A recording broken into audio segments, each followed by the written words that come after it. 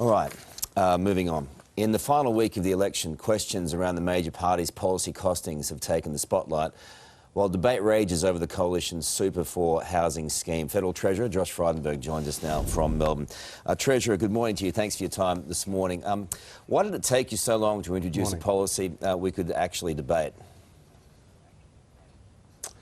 Well, this is an important policy and Australians are going to see it before they go to their ballot box on Saturday. And it is, as you point out, Karl, a point of difference with the Labor Party. We understand that superannuation belongs to those who put it there, those whose hard-earned earnings have gone into superannuation. We also recognise from our retirement income review that if you own your own home, you're less likely to be in poverty or under financial stress in retirement. So this is both supporting people's super, but also supporting first home buyers to get onto that ladder and therefore to get into the housing market. Too little, too late for you? Well, I think we've announced a number of significant policies right across the election campaign. This is an important one, but the other important ones, which the Labor Party have fallen into line with, is the freezing of the deeming rates, the increase the ability for people to get onto the concession card, the reduction in the co-payments for PBS medicines, this is the one that's got the supporting of people with diabetes. Well, this is the one that really resonates with younger people who know that getting into the housing market is a challenge and this will help them. But again, it's bringing into stark difference our policy approach and the Labor Party's policy approach. The Labor Party just want to rack up the fees on superannuation, and that obviously goes to the vested interests. We want people who put that money in super in the first place to be able to use it to buy their number one asset, their family home. Here's a quote for you. It undermines the objective of superannuation and serves to inflate property prices. Is Malcolm Turnbull wrong?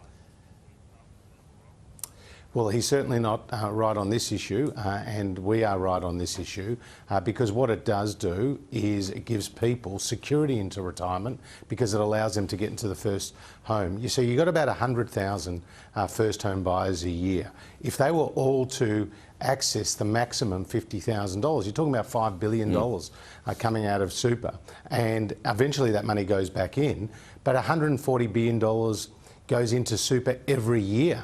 So it's really a small fraction of the overall contributions into people's super. And if you're a couple, Karl, who get the maximum $50,000 out of this scheme and you're buying a median house income, you can save more than $400 a month in interest payments on your mortgage. Okay, so your own superannuation minister, Jane Hume, reckons prices will go up.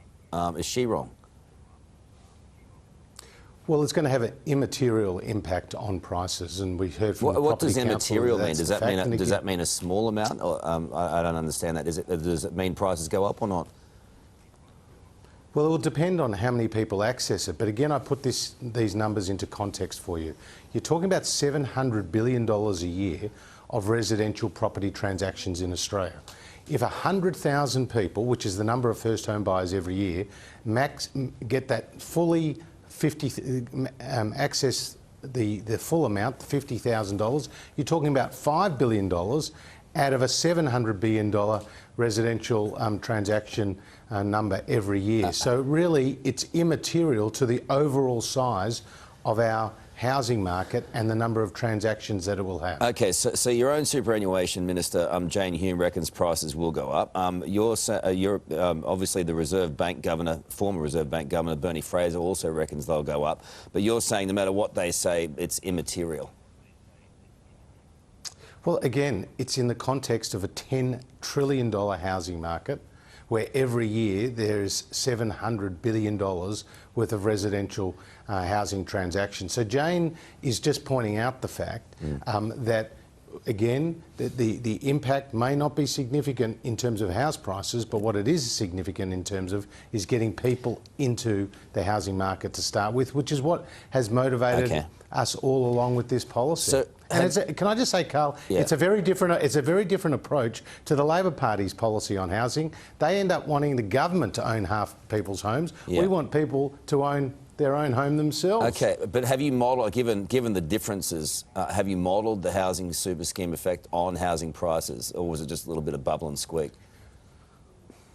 Well, we've worked through this this issue for some time. It didn't just happen overnight. But have you done the modelling? And what we do know is that We've looked at it, and Treasury have looked at the scheme in the broader context, and it complements all the other issues that we've done, Karl, all the other initiatives that we've had, like the home builder scheme, which has seen more than 100,000 people get into their home, the home loan guarantee scheme, which has seen more than 20,000 people get into their first home, and of course the other measures we've done on the supply side that we announced just on the weekend, which is the downsizer contributions, which will allow 1.3 million more families to be able to access this scheme to downsize their home, which brings more supply in. I just don't know whether you're answering the question. Have you done the modelling yet on the effect on housing prices or not? Well, we understand the impact it's going to have on the housing market. And when it comes to prices, it will be immaterial or marginal. And we've heard that from the Property Council just have yesterday. You done, Josh, have you done the modelling? A thing or two. Well, we've understood the impact on the housing market. And again, it's 100,000 first home buyers into the market. We're saying you can access a maximum of $50,000. So that means if every single person accesses it, that's $5 billion a year. Now, every year there are $700 billion of transactions in the residential housing market. So, Karl, you do the math. $5 billion versus $700 billion. No offence, it's not my job to do the math, and I would not be any good at it. That's up to you guys to do. Josh, it's good to talk to you. Thanks for your time, Treasurer. Appreciate it. And Nine's live election coverage will begin from 4 p.m. Eastern this Saturday. Ali.